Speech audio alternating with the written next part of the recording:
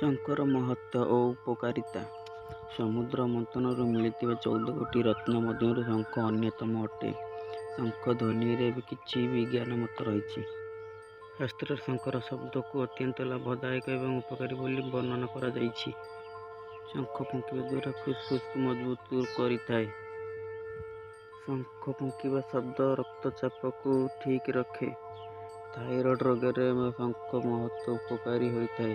ଦୈନିକ ଶଙ୍ଖ ଫୁଙ୍କିବା ଦ୍ୱାରା ମୂତ୍ରାଶୟ, ଯୌନାଙ୍ଗ, ତଳିପେଟ, ଛାତି ଏବଂ ବେକର ମାଂସପେଶୀ ପାଇଁ ଅତ୍ୟନ୍ତ ପ୍ରଭାବଶାଳୀ ବୋଲି ଶଙ୍ଖକୁ ଫୁଙ୍କିବା ଦ୍ୱାରା ପ୍ରଶ୍ୱାସ ନେବାରେ କ୍ଷମତା ସୁଦୃଢ଼ ହୁଏ। ଏହା ଥାଇରଏଡ୍ ଗ୍ରନ୍ଥି ଏବଂ ସ୍ୱରପେଟକୁ ଏକ ପ୍ରକାର ବ୍ୟାୟାମ କରାଏ। ଶଙ୍ଖ ଫୁଙ୍କିବା ଦ୍ୱାରା ଆପଣଙ୍କର ମୁଖମଣ୍ଡଳରେ ଦେଖାଯାଉଥିବା କୁଞ୍ଚନ ସମସ୍ୟା ହ୍ରାସ ମଧ୍ୟ ହୋଇପାରେ। ମୁଖର ମାଂସପେଶୀ ବିସ୍ତାରିତ ହୁଏ, ଯାହା କୁଞ୍ଚନକୁ ହ୍ରାସ କରିଥାଏ।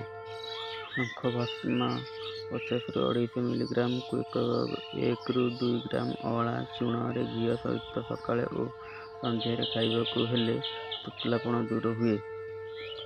ଛୋଟ ଶଙ୍ଖକୁ ଫୁଙ୍କିଲେ ଅଧିକ ଶକ୍ତି ଖର୍ଚ୍ଚ କରିବାକୁ ପଡ଼େ, କିନ୍ତୁ ଏହା ଗଳା ସମ୍ବନ୍ଧୀୟ ରୋଗ ପାଇଁ ଅବ୍ୟର୍ଥ ଔଷଧ ଅଟେ।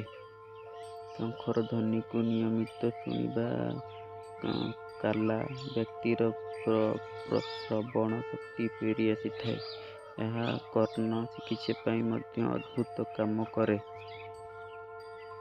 ଦକ୍ଷିଣାବର୍ତ୍ତ ଶଙ୍ଖ ବହୁତ ଦୁର୍ଲଭ ଅଟେ।